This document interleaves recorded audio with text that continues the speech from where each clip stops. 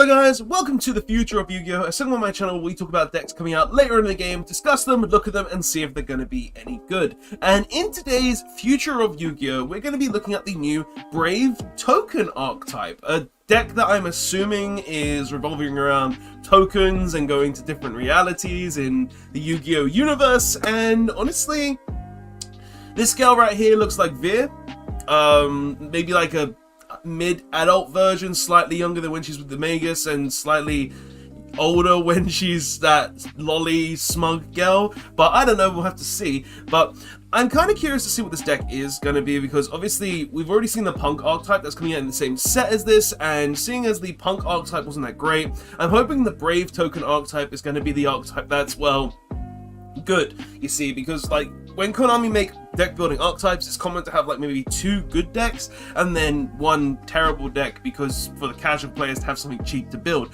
So yeah, let's see what Konami have made here. Hopefully it's really good. Hopefully Konami have made a banger here, and maybe a token archetype will be very good for a change, because we haven't really had a good token archetype to my knowledge, and it'll be nice to see what we got. So let's go.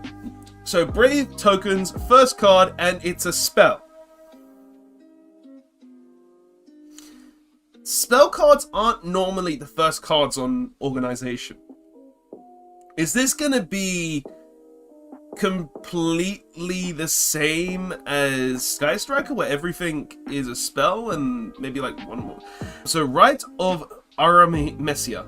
Rite of Aramesia. So she's opening a portal there to go to one of these bubble universes, I guess. Normal spell card. You can only activate one card with this card's name per turn. You can activate monster effects on the turn on the field. The turn you activate this effect, except special summon monsters.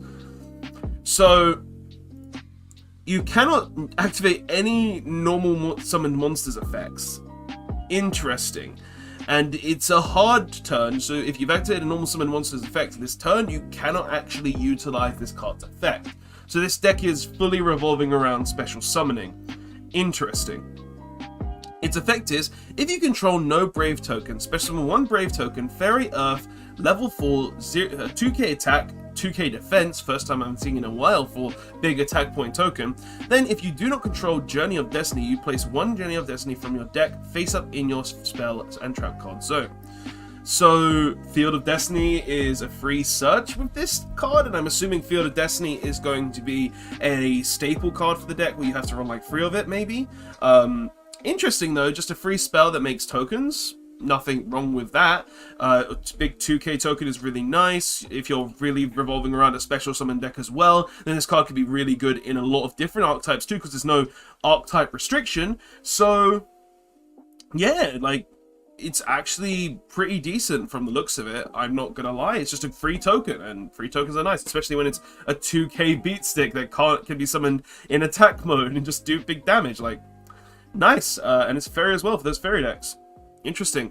And we have a monster. Okay, so it's not like that where you just start off with a spell and then the rest of the deck is spells. They've actually got monsters. Okay, so what are you then? So this is Magnesite Warrior of the Ruins. Okay, it's a level 4 fire warrior effect monster.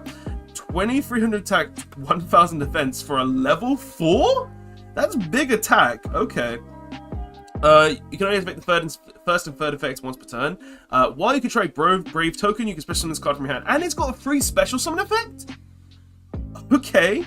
Cannot attack while you control no Brave tokens. Makes sense, seeing it's got a big attack. And at the end of the battle phase, if your monster that specifically lists the token Brave token in its text battled, you can set 1 trap that specifically lists the token Brave token in its text directly from your deck to your spell and trap card zone. Okay, so if I'm reading this right, at the end of your battle phase, if your monster that specifically lists Brave token is in its text battled, so including this, you can set 1 trap that specifically lists the Brave token from your deck. Okay. Interesting. Has a way to search trap cards. If it's battled, it is a bit slow because of, obviously, you got to attack with it first, or you got to attack with something else that has Brave token in its text, but not bad. Like, free special summon, can't attack whereas Brave token makes sense, and also it's just a free trap searcher. It's not an amazing thing, but it's an alright thing. It depends how good the traps are to how good this card will be. So yeah, let's continue on though, and that's level 8. No, that's a level 7. Sorry. And there's a little for hire on it. That looks like a little for hire. Is there something else hidden in these? Yeah, like little for hire girl right there. Okay. Wandering Griffin Rider. Level 7 Winged Beast effect monster, 2000 attack, 2800 defense. First effect, during the main phase, if you control no monsters or you control a brave token, quick effect, you can special summon this card from your hand. Okay, so free special summon whenever you want, as long as you control a brave token or no monsters. Not bad. It's a winged beast as well, so maybe you can see this run in other decks too, to just try to like mix it with winged beast decks to see what you can get with those winged beast decks. So there's potential with that. Second effect, when a card or effect is activated, if you control a brave token, quick effect, you can shuffle this card into the deck, and if you do, negate the activation, and if you do that, destroy that card. Wait. When a card or effect is activated... What? That's actually sick. That's just a free negation. And it goes back into the deck, so you can always get it back. Like, that's actually really good. That's really good. Okay. Okay, like, that's actually pretty strong. If this Brave Token archetype has a way to search monsters very easily, then this is just an every turn negation. Like, that's actually sick. That's a really good effect right there. Like, okay, cool. Let's see what else they got. So we're going on to the continuous spell here, and this is Journey of Destiny. So this is the thing that the normal token spell will summon, put from the deck onto your deck. Okay, so what does this actually do then? So, during your main phase, you can add to your hand one monster from your deck that specifically lists a token brave token in its text, then send one card from your hand to the graveyard. It's a continuous spell. We go in every turn negation, boys! Yes! Oh, that's actually pretty good. That's a very, very good card right there. Just because it's an every turn search. Sure, you have to send a card from your deck to your hand, from your hand to the graveyard, sorry. But it's actually really strong for the fact that, oh, yeah, I add a Griffin that says I can just go ahead and special it and have a negation every single turn. That's really strong. Okay, second effect though. If a monster is normal or special summoned, you can add to your hand or equip to one brave token. You control one equipped spell from your deck that specifically lists brave token in its texts. Okay, so obviously there's equipped spells as well then. Interesting. What else does this card do? Third effect, each turn, the first time a monster you control would be destroyed by battle, while it is equipped with an equipped card, it is not destroyed. Okay, so it's got protection for equipped monsters. Not bad. Honestly, best parts about this effect are that 1, it searches 2 cards. 2, it searches infinite negate. No, that's alright with me. That's alright with me. I like that a lot. And here's our first equip spell, and it is Holy oh, no, that's something else. Noble Arms of Light. Okay, so this is a Noble Knight card? Interesting. Noble Knights, what we got. So, Noble Arms of the Danelle. Okay, equipped spell. You can only equip only to a monster you control. Okay, fair enough. You can only use the third effect of this card's name once per turn. First effect, you can only control one Noble Arms of Danelle. The equipped monster gains 500 attack for each monster with a different name you control that specifically lists the token brave token in its texts. That's really annoying me when I'm trying to read it, just like token then brave token. But makes sense. So pretty much this is not for Noble Knights, but you could use it in Noble Knights because it's a Noble Arms, and it's technically searchable via the Noble Arms, well, spell card. So the one that searches Noble Knights and Noble Equips. So that's interesting. Third effect, if this card is sent to the graveyard, you can target one brave token you control. Equip this card to that monster you control. So, okay. Interesting. So it just literally targets the brave token, and if this dies, and then just equips it, just like any other Noble Arms. Pretty decent. Okay. Okay, what's this then? Like, I don't really have much to say about this. It's just a free equip that gives big attack points to make your 2k token maybe a 3k token with what we've got currently in the game. Starlight Papillon. Oh, this is a Pappy operative card. Oh, that's a really old thing, like a Butterfly thing. Interesting. First effect, you can only control one Starlit Papillon. Second effect, monsters your opponent controls lose 500 attack for each monster with a different name you control that specifically lists brave token in its text. Okay, interesting. So it's basically just decreases opponent's attack, whereas this one will increase your own attack. Kind of cool. Third effect. If this card is sent to the graveyard, you can target one Brave token you control, equip this card to that monster you control. Okay, so it's got the same effect as every Noble Arms then, where it'll be equipping itself if it dies. So that's pretty decent, not gonna lie. Like, it's got its perks there, it's got its good things, like it decreases opponents' attacks, but it doesn't really have the spice that I'm looking for in a Yu-Gi-Oh! Equip spell. So let's continue on though. So we've got this lovely dragon riding here. So this is Draco Back the Dragon Steed. Okay, equip only to one monster you control. First effect, you can only control one of this card. Second effect, while this card is equipped to a non-effect monster, you can target one card your opponent controls, return it to the hand. This is the best equipped spell so far. Okay. Third effect, if this card is sent to the graveyard, okay, so it's just another re-equipped effect. But honestly, while this card is equipped to that non-effect monster, i.e. your Brave token, just return things your opponent controls to the hand. Like, that's not bad whatsoever.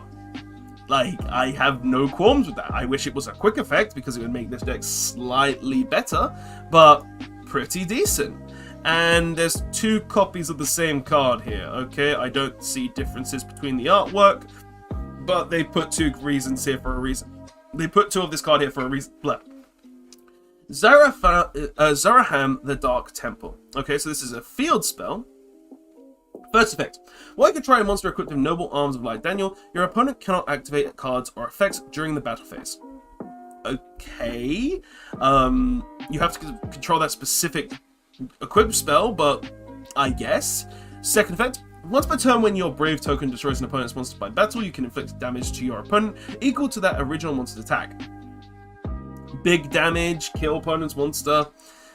Interesting, I guess. And third effect, once per turn, if you activated this card's second effect previously this turn, you can add to your hand one field spell in your deck or graveyard that specifically lists Brave token in its text, except Zaraham the Dark Temple. Okay. Like, I'm not gonna lie, like, that effect is not the best.